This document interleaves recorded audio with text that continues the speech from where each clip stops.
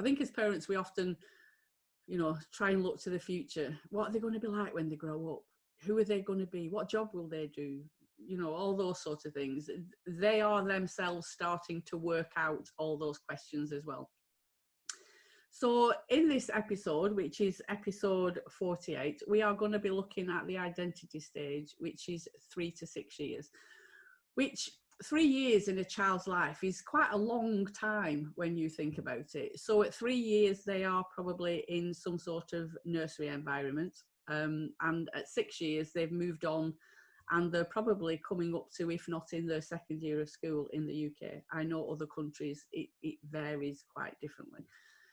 So that's quite a massive milestone for a kid to achieve, to go from, a relatively very nurturing environment in a nursery to suddenly being in reception class in year 1 of a school where there's structure and rules and consequences and all those things. There's a lot of expectations, on that transition moving into school for a lot of children. And some children really struggle with listening to rules, with doing what's expected, all those sorts of things.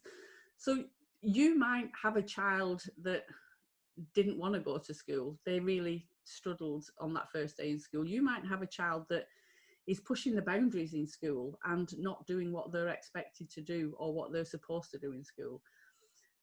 I want to let you know that whatever your child is experiencing is normal for your child. There will be different children in that class, and as human beings, we do compare and contrast quite a lot. And that's one of the things that I would try to encourage people not to do. I know with the milestones, how old were they when they started walking, or my son's not talking as much as what your little girl is, or, the whatever it is.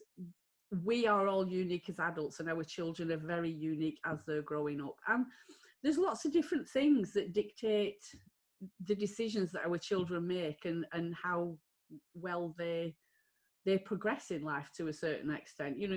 There's lots of psychological things around this, but the position that a child is born in a family can have, quite a big bearing on their independence and what they do. If you're the firstborn child, there's only you in that family usually, so you get lots of attention, you get lots of developmental input, if that's to speak. I've got 3 children. My third, yeah, I've been there and done it, even though there's quite a big age gap. There's 16 years between my first and my youngest. So yeah, I learned a few things in between that.